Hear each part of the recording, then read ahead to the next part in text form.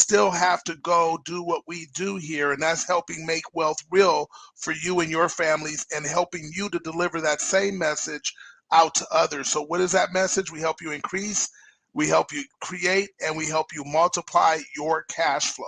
Now, ladies and gentlemen, tonight you're going to see really a new platform that's launched, and you'll see why this is the crowning jewel, I believe, that helps truly and helps you understand that we make wealth real here. And that is, we're going to launch, if you will, and we're going to talk about our platform, our new platform called Trust My Assets. And we have the expert here that's going to help us do that.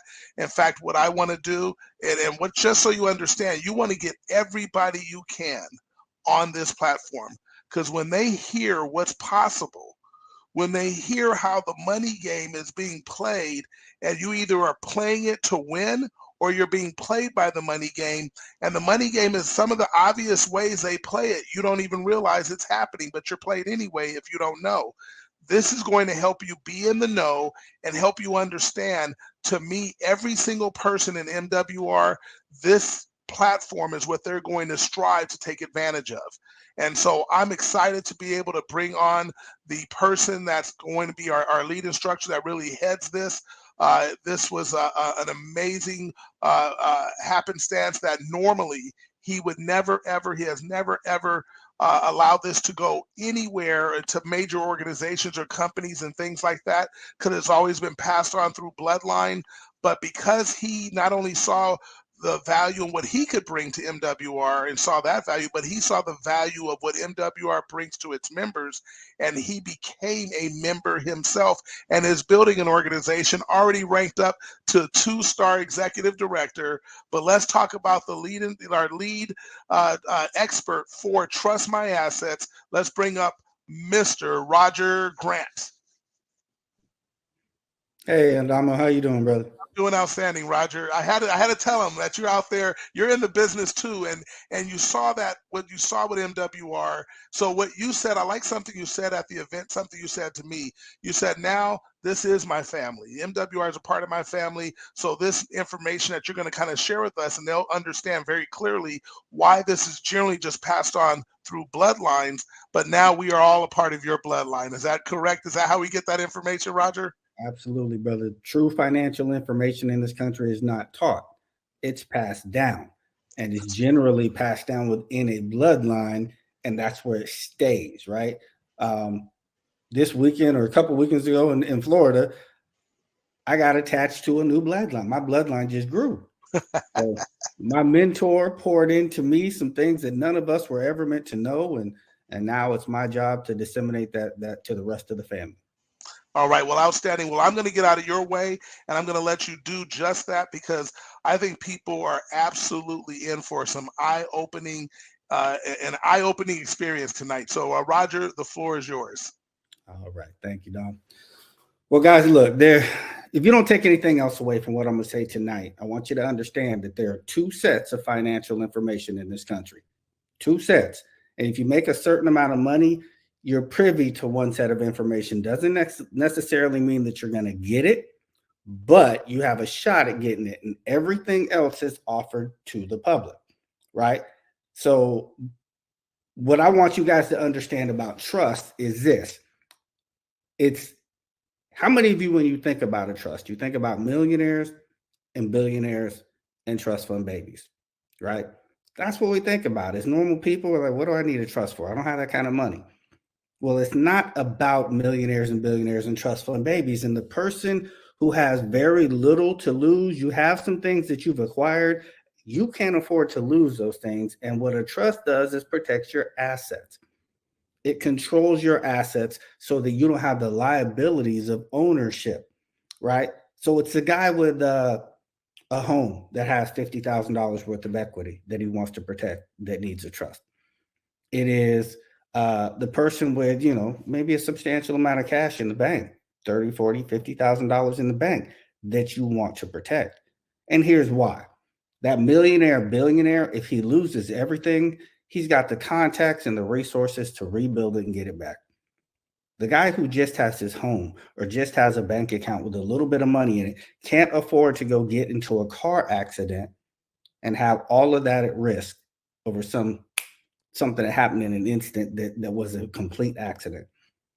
So it's not about just the elite protecting assets. The person who has a little bit that they spent building needs to put in more effort in protecting what you spent your life building.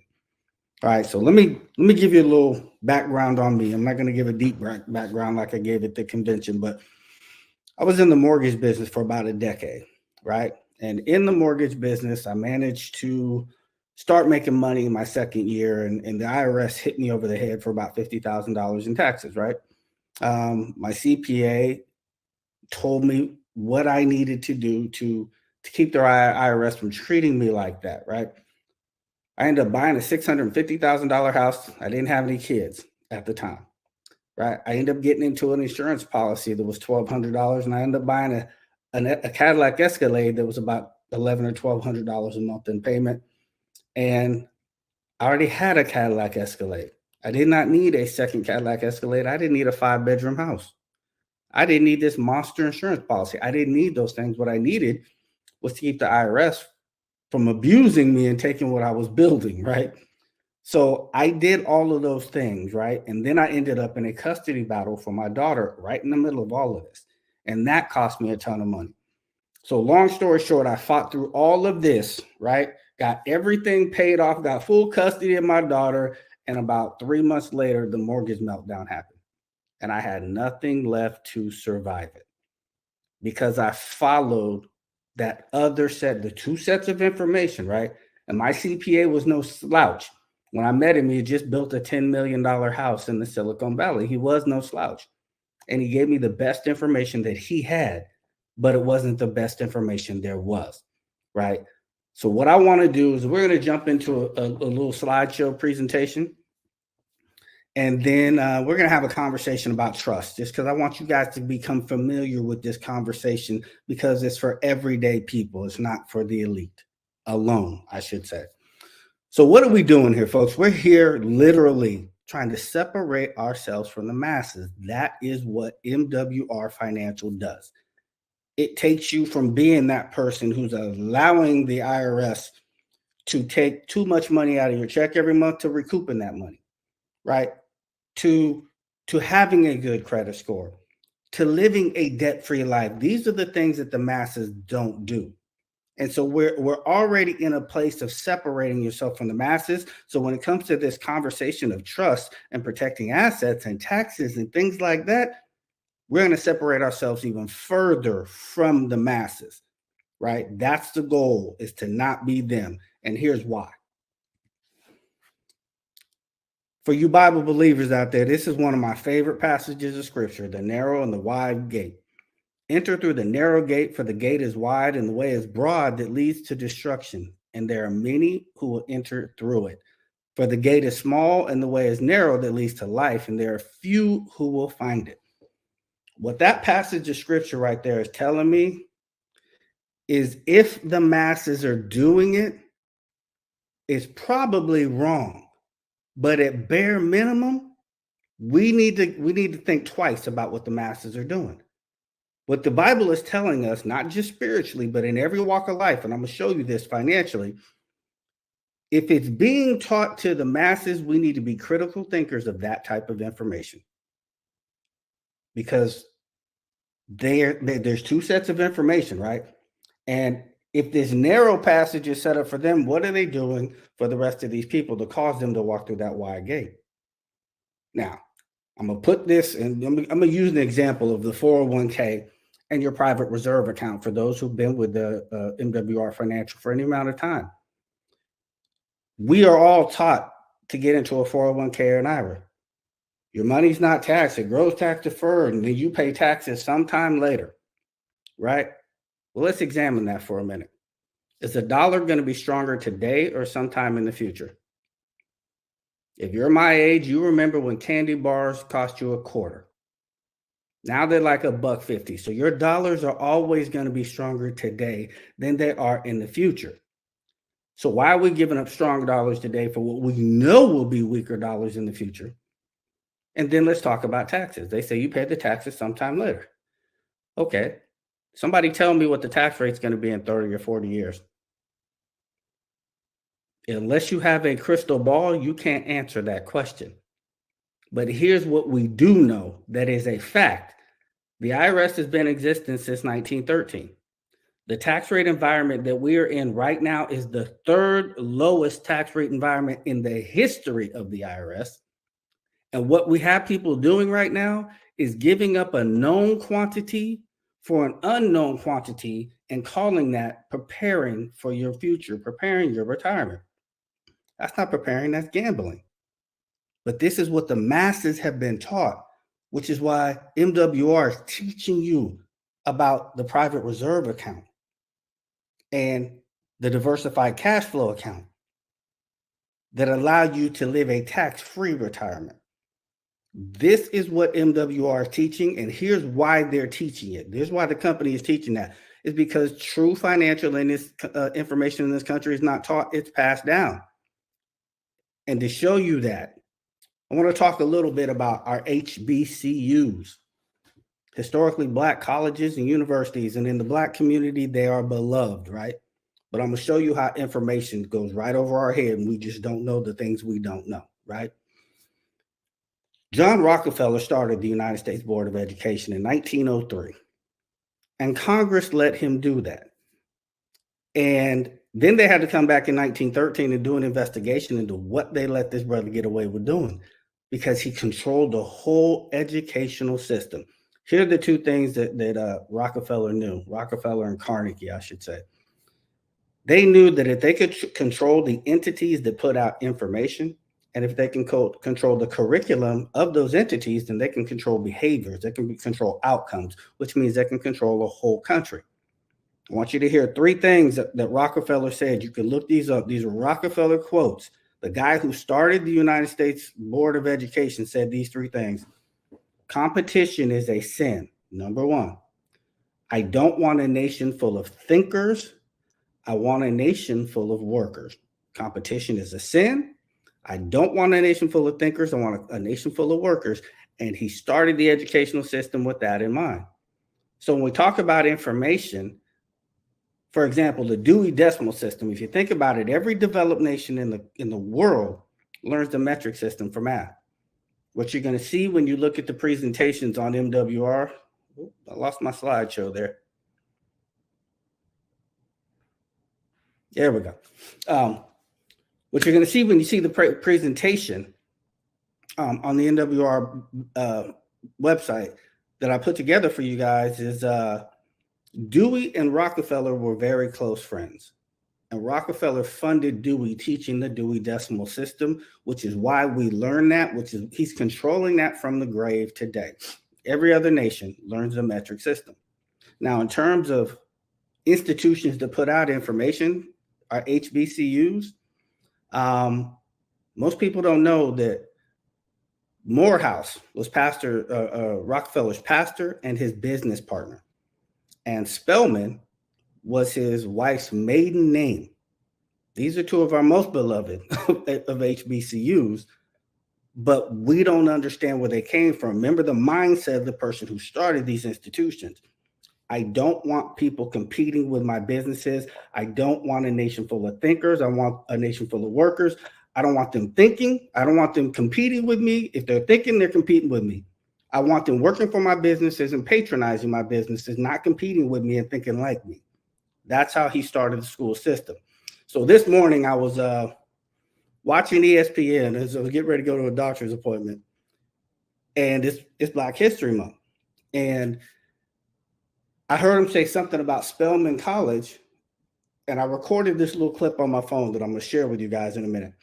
But you may not be able to see or hear it as clearly, so I want to caption it so hopefully you can grasp this. It was talking about Spelman College, had a young lady talking about why she went to an HBCU, right?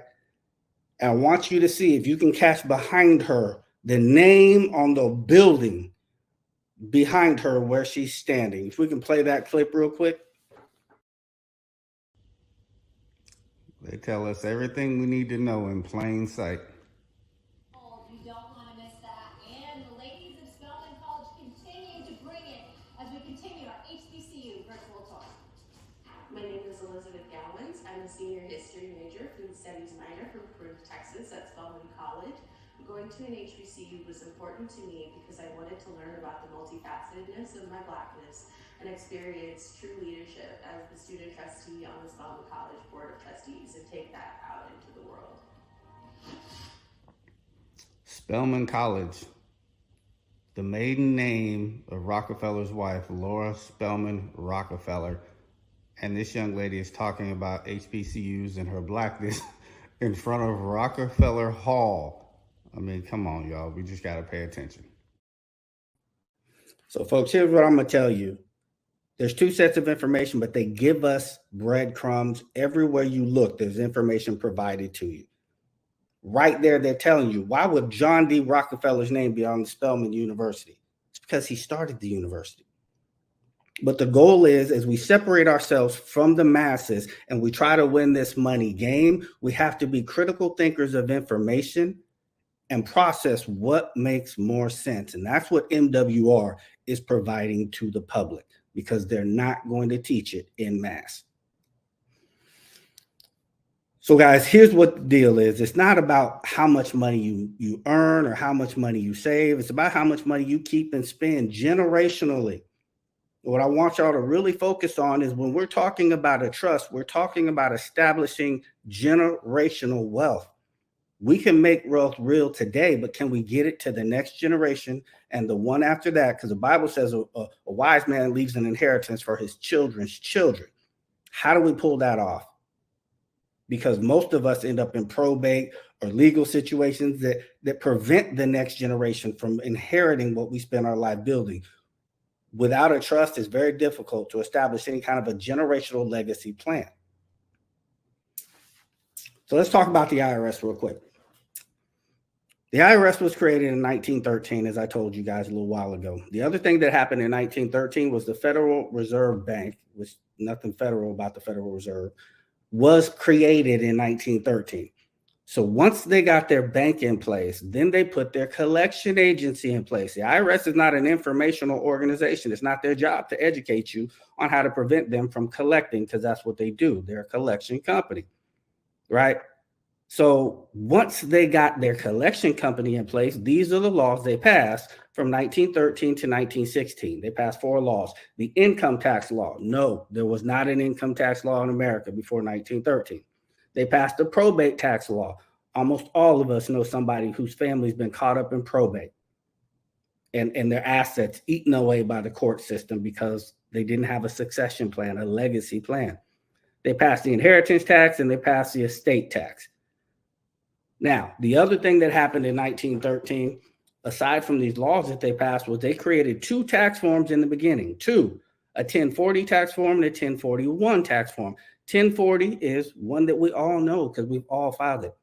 Most have never heard of a 1041, and even if you've heard of it, you've not filed that tax form. What they created was a tax form for the informed family and one for everybody else. 2 sets of financial information, right? Narrow path, broad path. Everybody knows the 1040. Nobody knows the 1041. But here's the point in all of that. The IRS, when you do things the way they're telling us to do it, kind of like the 401ks and the IRS, here's what happens. Your money becomes theirs. Yes, I said theirs. In the proper context, not over there, not they are, possession. So we have to be critical thinkers of the information we take in, because you want to keep your money. You don't want it to be their money, right? Let's look at the 401ks. If you want to touch your 401k and somebody's popping your hand and charging you 10%, that ain't your money. It's theirs, right? So let's move forward. The elite understand taxes, right?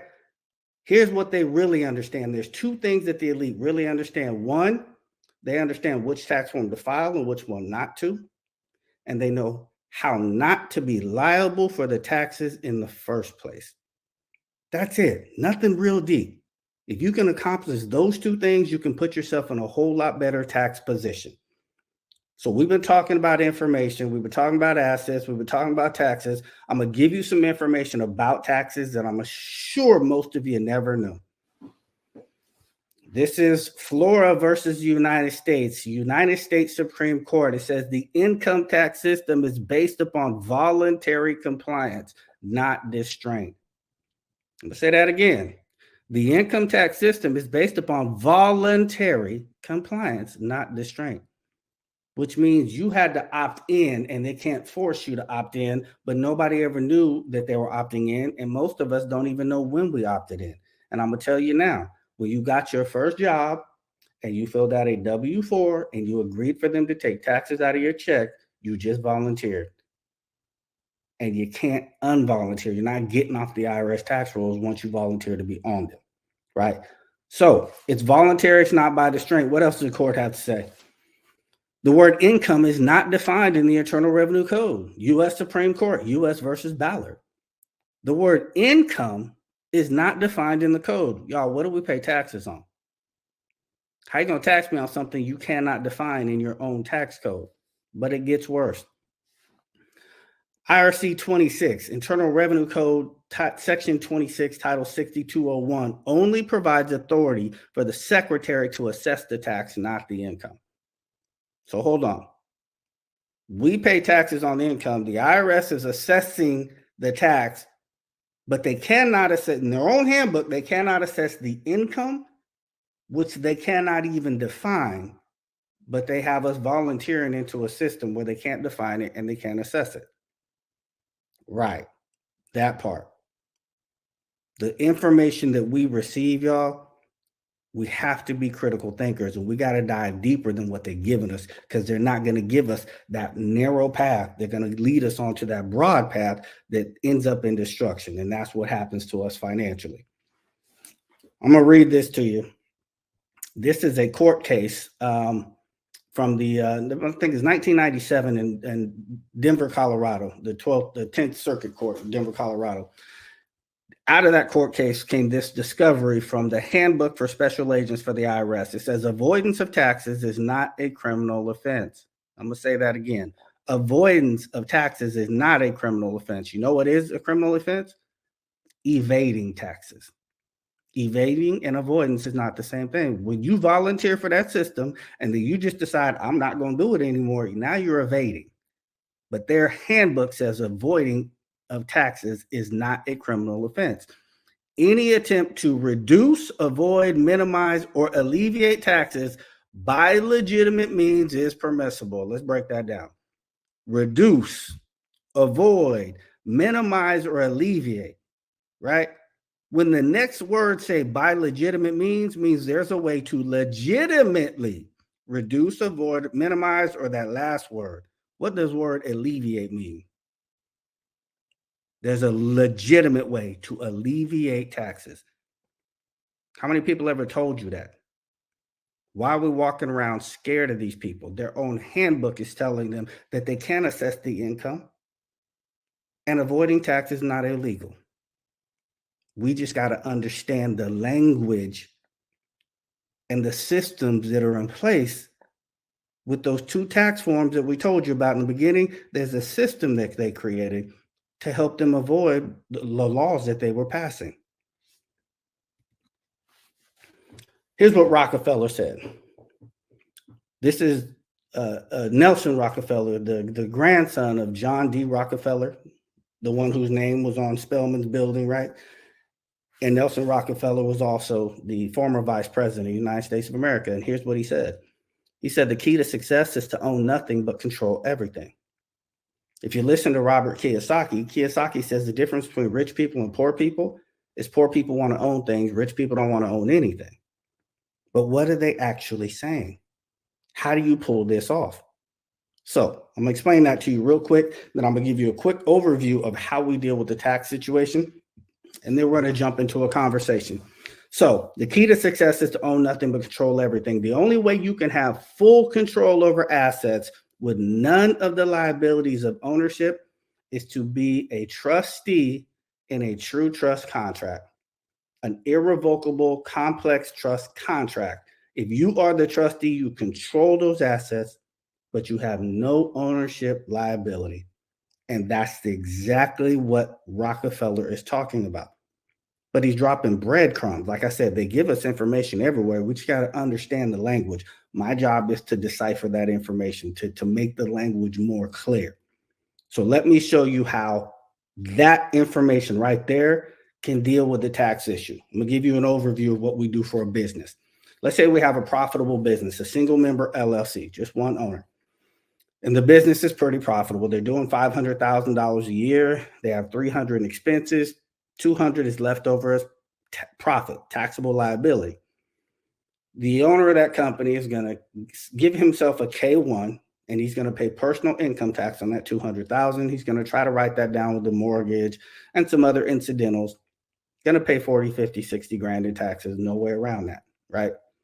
So what we do with that business is we have the owner add another member to that LLC as a member, as an owner, and that would be a business trust. And here's why we do what we do. The trust can do two things that no company and no person can do. It can either pass on taxable liability to a beneficiary, or it can give 100% of its income to charity. That's it. Those two things. It's not real hard. So here's what it looks like. 200,000 in profits.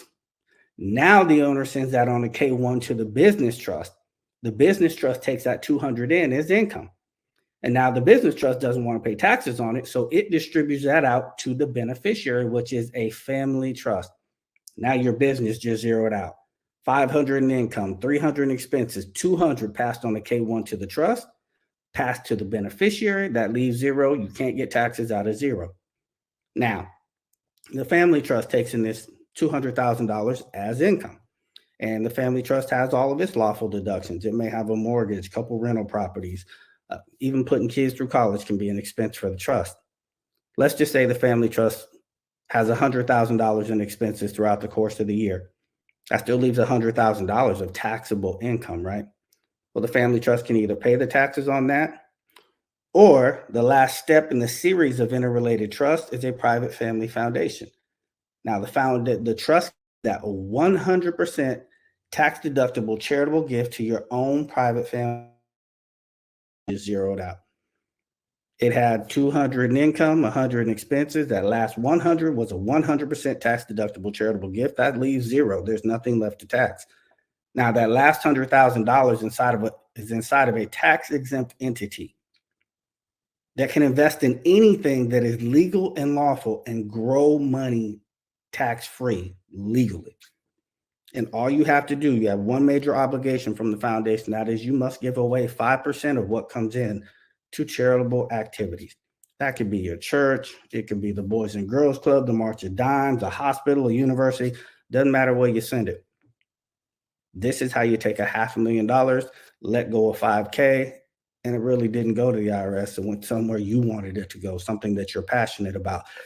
You can only do that by controlling things. And the reason Rockefeller said what he said is there's liabilities to ownership. Anything you own can be taxed to you and taken from you. We just got to understand the language and the systems that they put in place, because you do not have to be a millionaire or billionaire to do what they do. With that, Dom, let's talk about it a little bit. I can't hear you, Dom. Sorry, Roger. I'm so excited. I'm just literally seeing so many of the comments. People are blown away. I knew they would be. One of the things that's so valuable about what you just said was just understanding that there are two sets of information in this country, and we're never meant. It was all set up for none of us to ever understand how the other half live. So as you said, we want to separate ourselves from the masses. This allows you to do it. One of the things that attracted you so much to being able to offer this to MWR in a way that you had never planned to do before was because you saw that we were trying to separate from the masses with all the services that we do. And you saw this absolutely just dovetail together, especially when you talk about the platform that we just added last week, which was Diversified Cashflow Account. Now, one thing I want everyone to understand, and we didn't mention this early, is, Roger, that you are about to have a medical procedure. So we know that because I already know if we were taking this live tomorrow, there would be consultations like crazy. But what we're going to do, we want everyone to know, we're going to let Roger get through his medical procedure and let him kind of recover. So on March 1st, after you watch the 2 videos, there's going to be 2 separate videos depending on what path you want to go to. And when you watch those videos, then after that, after you completely watch the complete video, then you'll be able to click on the schedule the consultation, because he wants to make sure you fully understand everything. And he goes into a lot more information than what you saw here tonight. So you're going to love these videos, so educational. But what'll happen then is then you'll be able to have access to schedule the consultation, and those won't start until March 1st. And they may go a little bit later. We're just going to check in with Roger as we get close to the end of the month to make sure he's solid there. We may push it off a couple more days. But what I love about what this does for everyone, first of all, let's talk about the cost, Roger. We didn't talk about that. And I know that you have to do the 3 trusts that you've talked about, where you have the business trust, the family trust, and then the foundation, the family foundation, that those combined together, those are 3 separate trusts. In the past, they've gone for 25,000 into 6 figures. And there are other, people that do that, they're paying thousands, tens of thousands of dollars to get this done. But not only, you said something to me when we met in our conversation. You said one of your mentor's mentor, they would only do it a certain way, but they got paid to do that. But where the real money came from and where they were really getting paid an absurd amount of money was doing what? Why don't you share with everybody that little part right there? Sure. So my mentor, before he could take a client to his mentor, that client had to be worth 30 million, 10 million in income, 10 million in assets, 10 million in investment capital. These were big time players, right? And he said, Roger, these folks would pay a pretty penny for us to structure them, right? He said, but they would pay me an obscene amount of money to come in and start trust counseling their children at age 12 years old. 12 years old. So when we talk about that true financial information being passed down, these guys were like, look, structure my businesses so I don't pay taxes no more. That's great. But I'm going to give you my right arm to make sure my kids understand how to keep this legacy going when I'm not here anymore. That's the critical part of all of this, about information. Right. So with that being said, let's talk about something, because I know if someone wants to just protect their assets, let's go in reverse, to structure your legacy completely, because that is the ultimate goal for everyone. Uh-oh. Oh, can you hear me? You froze up for a minute. You're good now. Okay. All right. So that's everyone's goal, is to structure their legacy, as we call it. So therefore they can legally do exactly what you just said to do, legally and ethically eliminate their personal tax liability. So they have none, and then their entities have none, and they're able to give money to what they're passionate about helping and giving that to. Let me clarify something in Sure. terms of language, right? Yes. We're not eliminating personal tax liability directly. What we're doing is you're shifting that liability so you don't have the liability. I love it. Just keep the language. There you go. That's why I'm not the expert, Roger. That's why they're going to be talking to you and not me. So we're not going to evade taxes. Right. No, we're not going to do that at all. Them. Right. Okay. Well, that being said, so shifting that liability and doing that, Roger, like I said, you normally charge a minimum of $25,000. Let's just say that's the floor, but it can go well into the 6 figures based on someone's situation.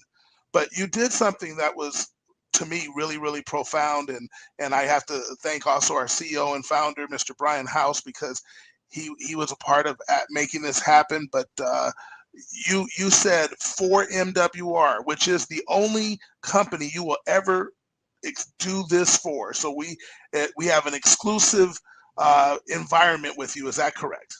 100%.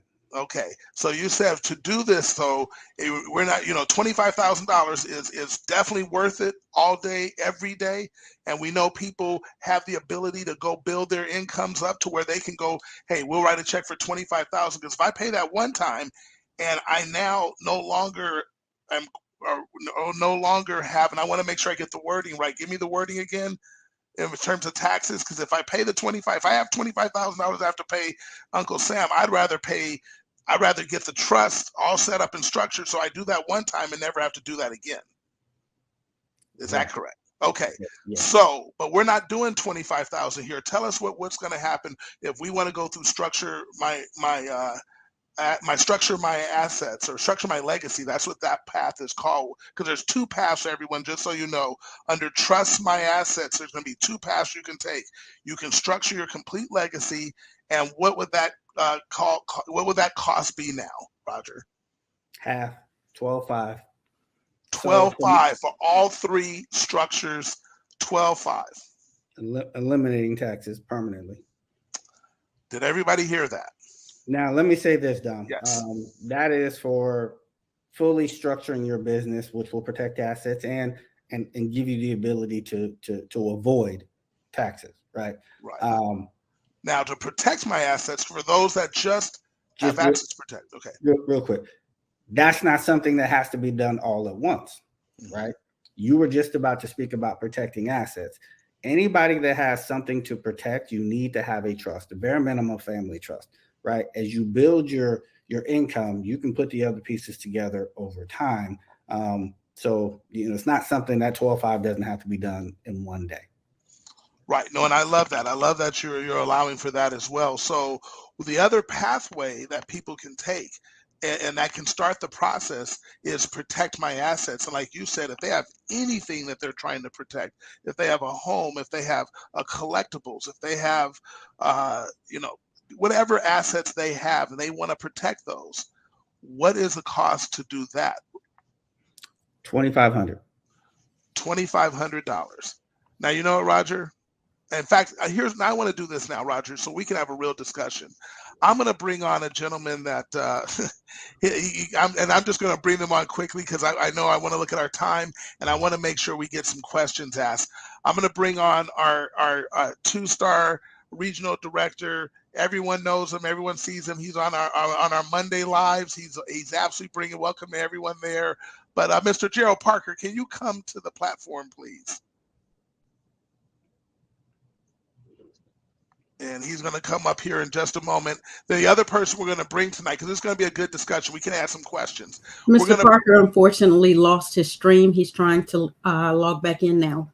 Okay, no challenge. Then we're going to bring up that's why we always work. See, the devil can never win, because we're always going to be able to keep going. One of the things that happens is we're going to bring up,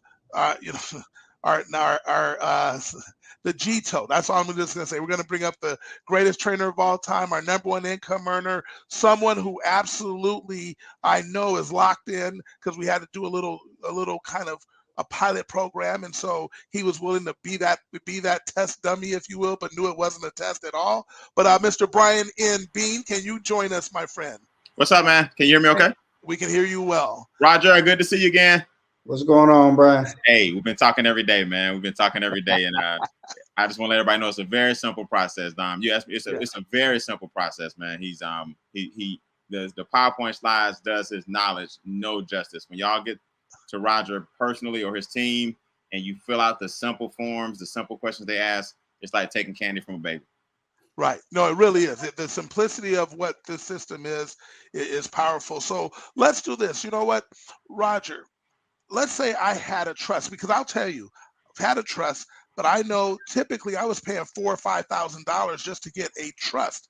But some people out there say, well, yeah, I have a trust. I did that. My mother and father-in-law, they have a trust. And right now my wife is going through some things. And now with the knowledge that she has now versus what my father-in-law did, she's seeing all the holes. Why don't you explain to us the difference between someone that has a regular trust and a regular trust? They're in a different jurisdiction than this.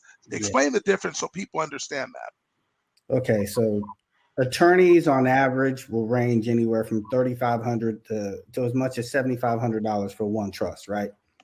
What they're going to put together for you is going to be something completely different than what we're going to put together for you.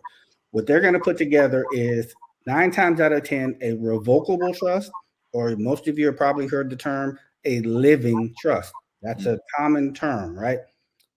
Here's the definition of a trust. The trust is a three-party contract in which one can create a binding inviolate entity. A three-party contract in which one can create a binding inviolate entity. Here's how a living trust or a grantor trust, they're the same thing. They're synonymous. Here's how those are usually set up. They will have the person who wants to set up the trust be the creator. They will also have that person be the trustee, and then they pick a loved one, a child or somebody, to be the beneficiary, right? Well, that violates the definition of a trust. A trust is a three-party contract. When you do it that way, and if you have a living trust right now, go look at it, and I guarantee you this is how it's set up. You're the creator, you're the trustee, and you picked a beneficiary. That's only two parties, three positions, but two parties. So you violate the definition. And so what happens with that is you don't create a true trust contract that creates a separate legal entity. By IRS definition, it's a separate legal taxable person, right? What you end up creating with that type of trust is you create an alter ego. That's not a trust contract, it's a trust agreement. And there's no asset protection inside of a revocable trust, a grantor trust. You still own that stuff. So you put your stuff, all your assets into a trust, something unfortunate happens, you get in a car wreck, somebody gets hurt or perishes, everything you thought you had protected, there's no protection. It's good for probate. It will definitely get you around probate, has no asset protection capabilities. Now, the second thing is they're going to put it in the state jurisdiction. And I'm not going to get too deep into this, but I will tell you this. The law of America, the true law of the land is English common law. And when you take that trust contract and you put it in the proper jurisdiction of law, it becomes bulletproof. We don't deal on statutory, we deal above the state. That's perfect. That is absolutely perfect. Well, I love that. So, Brian, I know that you've now started going through the process. What's a question that you know that you might have had that you know other people have? Just to have for sure. Until they actually see the form and the simplicity of the form, you won't see how simple it is. My main thing was, and it was real simple, the family trust. I mean, the business trust is where your money comes in. The family trust gets the money and disbursement from the business, and the family is you guys and your trustees that you put on. And then the foundation trust is third in line that takes whatever the family trust didn't spend. So that way it's real simple: business trust, family trust, and foundation trust. And now you have a 501c3 and you're building a legacy and living a legacy and leaving a legacy. And I got this from you, Adamo. All a will does, for example, is guarantee that you will end up in probate. So hey, Brian, I say this. I say a will is an express invitation to probate. Not express invitation. Express. First Quick class in a hurry. In a hurry, yeah. So, guys, the hardest thing for me was to define my name. Like, I was like, Roger, what should I call my business trust? What should I call my family trust? What should I call my foundation? And the hardest thing was just the name. So he gave me some ideas based on what he knows about me. But Roger, what I asked you today, I said, we did all our consultations and I got my paperwork. What about the investments that I've made? What about the money that may be in my savings account? What about my brokerage firm or my investment account? It just hit me. I'm like, where does that go? So where does the money we have right now, how does the trust protect that money? And that's a great question. So the key is not to own it, but to control it, right? So you got $100,000 in a bank account. You're going to set up your trust and open up your trust bank account. You're going to move that money out of your name. You don't want it in your name. There you go. You still control it in the trust account. You have a stock account, a Schwab account, whatever. Right. You just open up another account with Schwab under the name of the trust and you move everything into that. Now it's out of there's no more liability. You don't have the liability of ownership. Housing, everything. Because I don't think people realize, because like you said, we keep it in millionaire and billionaire language. They don't realize that the trust is an actual entity that will have an account that you'll have access to, just like if you were a person. You know what I mean? So it hit me when you asked that question. Here's how we make this simple for everyday folks, right? If you've ever had any sort of a business entity, a lot of people have LLCs or S Corps, right? Yep. You get your paperwork, you take the paperwork to the bank and you open up a bank account with $50. With $50 or $100. Once you get your trust documents notarized, I'm going to tell you what to say to the bank to open up, and they're going to open it up with $50 or $100. Yep. That's all you need. That's it. And Brian, just so you know, that's exactly what I did. I literally just went, I had some assets in different places and just took the paperwork, and it was just a paperwork exchange. It's like, it's quick. It's like me, and I know you've done this for your son. When my kids were young and we had a custodial account, and we put their name on the account, but I had control of it still because they were young. Well, that's all it was. It was just like, now it's all goes there. I don't have to, my name is not on, my name isn't on anything. Anything anymore. So Roger, how will I know, this is like how a lot of people think that I've been talked to. How will I know, Roger, when I need a trust? When am I trust ready? What qualifies me to get Roger's paperwork? Am I ready now? Do I need to wait until I have this? Roger, what makes me trustworthy and to see you? That's a good question. So in terms of protecting assets, you just weigh it out in your mind. What do I have? And is $2,500 worth protecting that? If I have $5,000 in the bank, $2,500 may not make sense right now, because I probably don't have $2,500 hanging around, right? So that might, but if I got $50,000 in the bank, then it starts to make more sense. So anything that you have that you want to protect, ask yourself, is $2,500 worth it to protect this for life? That's the first place. In regards to structuring your income and eliminating taxes and all of that, because we've reduced the price for MWR, my typical client, it starts to make sense about 100, 150 in profit. Now, because we've reduced the price, I would say right around 70,000 in income, business income. If you're a W-2, you probably still want to be 100, 150, but we can do some damage. I can't eliminate taxes or alleviate taxes as a W-2, but if you're making 150, we can do some damage with the foundation. We can knock 30% of that out. But if you have business income through MWR or any other type of business, and you're making 70,000 plus, it's time for you to start examining when you want to pull that trigger. Can you give a scenario, or maybe two, maybe a major and a minor, where because somebody had a trust in place, Brian, this is what they were able to do, or because she didn't, here's what happened to her? I'll give you an example. Chadwick Boseman, Black Panther, when he passed away, the wife got some money, the mother got some money, but I want everybody to go research how much the government got out of his estate. We hear about James Brown, Mr. Grant, right? Had passed 10 years ago, but probate tied it up and the family couldn't get any of those assets. What about some personal clients of yours? Because in this business, stories are everything. Maybe one or two stories of here's what was able to happen because she had her trust in place, or didn't. I thought of one.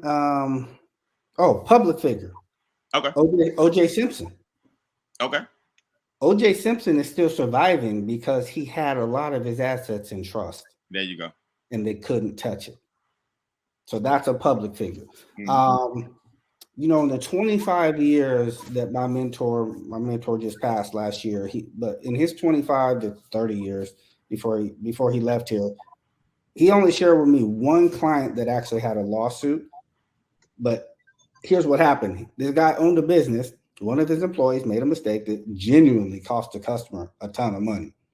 Dude brought a lawsuit, but because we don't operate at the state level, all we did was he gave him the paperwork to challenge the court's jurisdiction. The court doesn't have jurisdiction over this trust. This is a federal organization. So if there's going to be a lawsuit brought, it has to be brought at the federal level. The attorney for the complainant, the dude who lost the money, most attorneys not equipped to operate. They don't deal at the federal level. So he literally walked away from a legitimate lawsuit because it was in the jurisdiction of law the safest. So that's real. Now, I share with you guys a story from a young lady that I know that I'll share the story again. A friend of mine is from Beaumont, Texas, where the first oil wells were drilled in the state of Texas. Me and her were talking about trust, and I could see she knew some stuff. Beaumont is old money. It's old oil money. She grew up there, so she knew about trust. She knew about a business trust. She asked me to come down and do a presentation for her realtor. She was a regional manager for Keller Williams. And so I went down there, did my presentation. Afterwards, she had this perplexed look on her face. And she said, Roger, do you have to leave right away or can you hang out for a little bit? I said, yeah, I'm good. What's going on? She pulls me into her office, closed the door. She says, I want to tell you what happened to me when my husband passed away. I said, okay. She said, we had 3 boys and we set up 3 trusts for each one of them. They were true, irrevocable trusts. My mother was the trustee on all 3 trusts. The creator on all 3 trusts. I was the trustee, the one in control, right? Each boy was a beneficiary on their own trust. Her middle child, when he turned 18, was addicted to drugs. He didn't agree with his mom and he wanted his inheritance right now. Went and got an attorney and found a judge that agreed with this kid and revoked her irrevocable trust. Gave this kid $500,000. He proceeded to blow every dime in less than 12 months. Here's a mother trying to do right with a level of information. She had a lot of information. She just didn't know to be in the right jurisdiction. Here's the problem, folks. When you're in a state jurisdiction, state judges are the authority for the state. And not always are you going to get an appeal. So they make a decision. You cannot revoke an irrevocable trust. That's against the law. But a lot of our judges want to legislate from the bench. They don't necessarily follow the Constitution or court precedent. And you're not always going to be able to have a remedy for that. She did everything she could to protect her. This judge cost this kid his inheritance. So being in the proper jurisdiction of law is critical. That's crazy. So this judge overturned it, made it irrevocable trust revocable, and because he had an addiction, she hurt his future. Basically, the judge ruined what the mother was trying to protect. Destroyed his inheritance. But had she been in the right jurisdiction, then they don't, because then now they don't just get to have a judge kind of overturn it, because the judge has to see a panel of federal judges, correct? Well, here's what happens at the federal level, and you'll see this. When people go into court on the federal level, you typically get 1 judge, but you're guaranteed an appeal. You can appeal to a panel of judges, and it's always at least 3, and they hold each other accountable to the law. When you're at the state level, you're not always going to get an appeal, and you're never going to get a panel. Right? You got 1 judge making decisions, and sometimes he can make a wrong decision and mess you up thoroughly. Got to come out of that jurisdiction.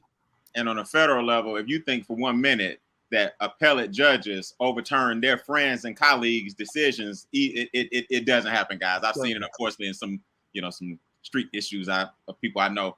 Appellate judges don't go, yeah, Judge so-and-so was wrong. It just doesn't happen. It doesn't happen. So essentially, and Brian, why don't you do this, because we're getting close to the end here. First of all, Roger, the information just incredible. I'm seeing all the everyone's just like blown away. They love the education that they're getting, what the experts are doing. They understand. I think they're getting a sense that, wait a minute, for the first time, and Brian, I think you can address this too. People really feel like, wait a minute, I can truly make wealth real now. I can truly not only live the legacy as MWR is teaching us, but I can leave a legacy for real. Yes. So that's exciting. But Brian, why don't you share with them how? Because one of the things that I knew that not everybody can scratch a check for $2,500, let alone $12,500. But we have something that creates business income. And we have the ability to put this all together and attract people that we never could attract before. We can now bring them here to MWR because they will be able to be in a position to take advantage of this new platform. So, Brian, why don't you kind of tie it all up for us, and then we're going to go on and get out of here. Yeah, absolutely. So now, especially with our performance bonus coming in March, ironically, Mr. Grant is taking his consultations in March. The new coded daily pay that we get right now, my income, for example, has a 4-figure and soon to be 5-figure per month increase with just that 1 bonus. Just the coded bonus will bring me an extra 4 figures and 5 figures per month. Now, people say, well, Brian, that's you're regional 5-star XYZ. No, this is what I'm saying to you guys. If you look at the way the compensation plan is structured, first of all, let's look at the way MWR is structured. When we help you increase your cash flow, that's your existing income. Cash flow means your money stays with you longer. Remember, cash flow is a time measurement, not a dollar measurement. Income is a dollar measurement. Cash flow is a time measurement. So your cash flow is 6 months. Your cash flow is 3 years. Your cash flow is 10 years. If you made another dime, if you didn't make another dime how long would the cash flow you have coming in stay with you? So MWR is going to help you increase your current cash flow. It's real simple. That's the debt going down, the taxes going down, the expenses going down, your credit score is going up, your cash flow is up, and your assets are up. That's cash flow. Then we create cash flow by showing people how to increase their cash flow. That's our new coded bonus daily. Guys, when I look in my back office, I'm giving you a helicopter perspective. I see 10s, 20s, 30s, 40s, 50s, 60s, 70s. Every day that someone joins your organization, once you get to star level 3, which is basically 36 people in your organization, star level 3 is the key to the coded bonus that gives you the income to pay for this asset protection. Look, you know, Rod is very, very humble, but I'll tell it to you guys straight. When you get to a point where the taxes you got, think about what he said, 70,000, 80,000. If you had an extra 20, 15, 18, 22,000 that was not going out in taxes, because, you know, if you make 70, you know, you're getting taxed 18 to 26,000, right? What if that was in your pocket every year, Roger, times 3, 4, 5, 6, 7, 8, 9, 10 years? You need to work this business to the point where you got to get this trust fund. Yes, sir. Yeah, one thing there, Brian, is not just what you're keeping, but what you can do with that money. There you go. Putting it in the private reserve, putting it in the diversified cash flow account, putting it in the managed fund. That's right. How much interest can you earn in the next 20 years and with not giving away? If you weren't giving it away. That's right. Yeah. So it's the lost opportunity cost that the trust fund, whatever you do, please don't look at 2,500 or we don't have to sell you guys. You either can get it or you're not. But 2,500 or 12,500 or whatever, how much money would you have if you were investing the money that you were losing because you didn't have it? Okay, that's where this comp plan kicks in. 36 people is roughly 3-star. And when you look in your back office every day and see these coded bonuses coming on a daily basis, it will change your perspective on this compensation plan. And then the third thing that we do is what? Passive income. And this is what Mr. Grant was talking about. When you're saving money on taxes and you put it into our investments, and now the passive income comes in, you become a couple of things. One, you're bulletproof. And I love the word that he used earlier, or in the presentation you'll see, it's 100% transparency. So it's not like you're hiding anything. Everything's transparent. It's just the way you're set up, it's not taxable by certain means, you know, and you become audit proof and you become protected from lawsuits. So bulletproof, audit proof, I like any kind of proof that keeps the money in my household a lot longer. I'm with all the proofs, Mr. Grant, and I'm here to tell you, man, I'm excited about it, and I thank you for helping me come up with my names, and the ease of the paperwork was really simple. The hardest part was what I should call it. Hey, what you say about group, Brian? What you say about group? Oh yeah. I said, Mr. Grant. I notice every wealthy person I know, they use the word group, okay, in their name, right? Like Adamo, you ever notice that wealthy people have the such and such group? Group, right? The being group didn't ring right with me. You know, I feel like I'm kind of fly, so I was trying to come up with something cool. So I had to put the word group in my trust just because I want to do what wealthy people do. So, hey, absolutely. I love it, man. Don't let the name mess with you guys. Get your paperwork filled out. When he's ready, get the consultations in. It's going to be the easiest thing you've ever done, and his firm will take good care of you. Right, and it will be the best thing you've ever done. This is truly game changing for everyone in MWR. So anybody you bring into this environment, obviously I saw all the chats, everybody going crazy how phenomenal everything is. Just imagine the impact you can have on not only your family, but then the people around you, and having them have impact who have impact is that ripple effect that changes everything.